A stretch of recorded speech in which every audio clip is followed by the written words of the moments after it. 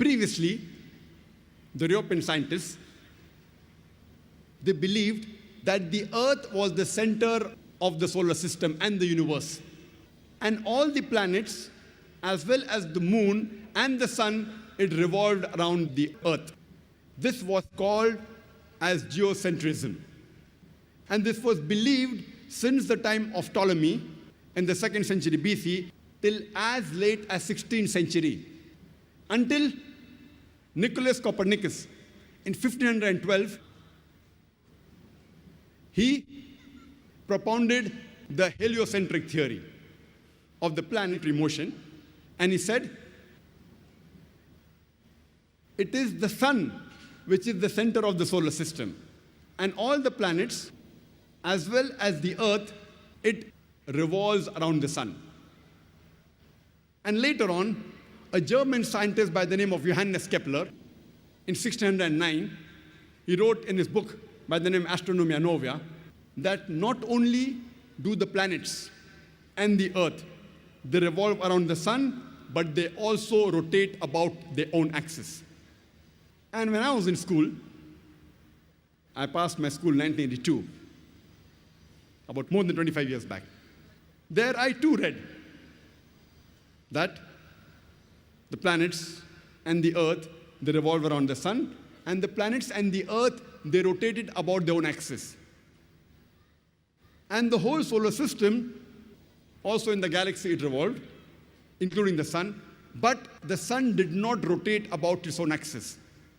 In this context, the sun was stationary.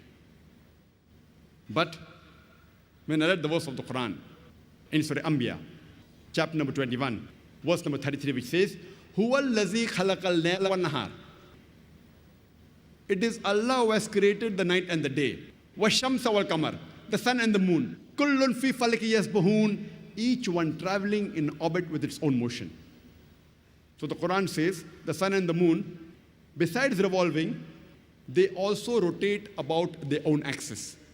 The Arabic word used here is yasbahun, derived from the Arabic word sabaha, which describes the motion of a moving body.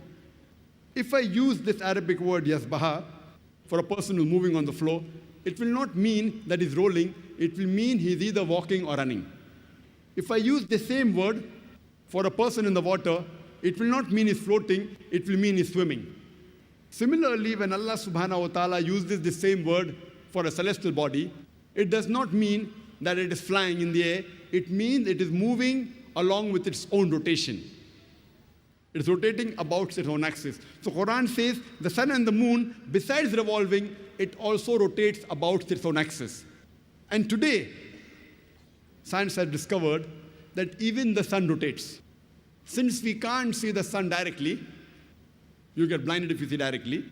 If you have an equipment and have the image of the sun on a tabletop, we find that there are spots in the sun. And it takes about 25 days for the spots to complete one rotation, indicating that the sun takes approximately 25 days to complete one rotation.